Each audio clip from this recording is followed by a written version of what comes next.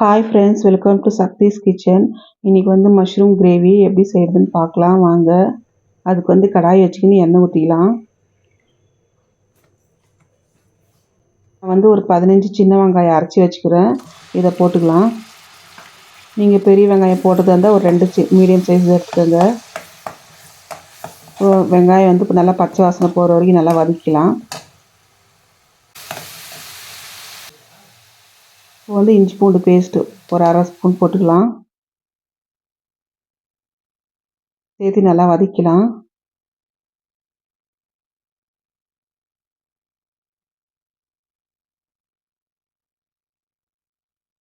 இதில் வந்து மிளகாத்தூள், சாம்பார் தூள், மஞ்சத்தூள், மிளகாத்தூளும் சாம்பார் தூளும் 1 1/2 ஸ்பூன் எடுத்துருக்கிறேன். மஞ்சத்தூள் ஒரு 1/4 ஸ்பூனு.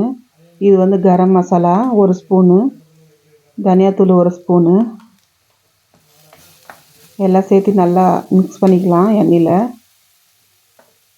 அரைச்சி வச்ச தக்காளி போட்டுக்கலாம். நான் வந்து ஒரு 3 தக்காளி எடுத்துருக்கிறேன். ஒரு பேக்கெட்டு காளான் தான் இருக்குது மஷ்ரூமு. அதுக்கு 2 வெங்காயம் 3 தக்காளி போட்டால் போதும். கொஞ்சமாக தண்ணி ஊற்றி நல்லா மிக்ஸ் பண்ணி விட்டுக்கலாம்.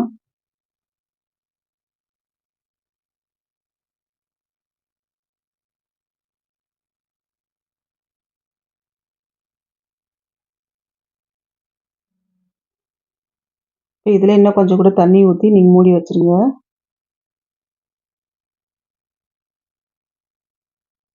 நல்லா கொதிக்கட்டும். இப்போ ஓப்பன் பண்ணி பார்க்கலாம். ஒரு 5 நிமிஷம் கழிச்சு நல்லா மிக்ஸ் பண்ணி விடுங்க ஒரு வாட்டி. இப்போ வந்து காளான் போட்டுக்கலாம். நான் வந்து ஒரு பேக்கெட் காளான் தான் எடுத்துருக்குறேன். அது நல்லா கட் பண்ணி கழுவி வச்சுருக்கிறேன். இதை போட்டுக்கலாம்.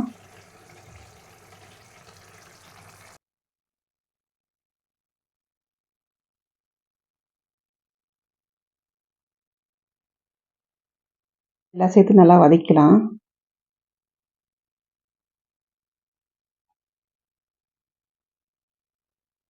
உப்பு கொஞ்சமாக போட்டுக்கலாம்.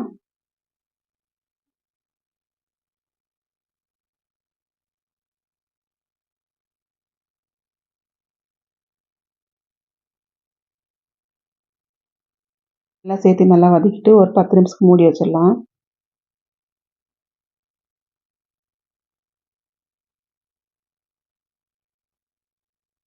இப்போ மூடி வச்சிடலாம்.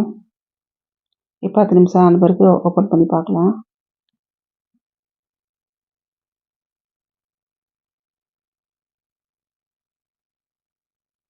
ஒரு வாட்டி நல்லா மிக்ஸ் பண்ணி விட்டுக்கலாம். அவ்வளோதான், இது ரெடி ஆயிடுச்சு. ஸ்டவ் ஆஃப் பண்ணிட்டு இறக்கிட வேண்டியது தான். கொத்தமல்லி தழை தூவிட்டு. இதை நீங்களே வீட்டில் ட்ரை பண்ணி பாருங்கள். இது வந்து சப்பாத்தி, பரோட்டா, அப்புறம் தோசை இது கூடலாம் வச்சு சாப்பிட ரொம்ப நல்லாயிருக்கும்.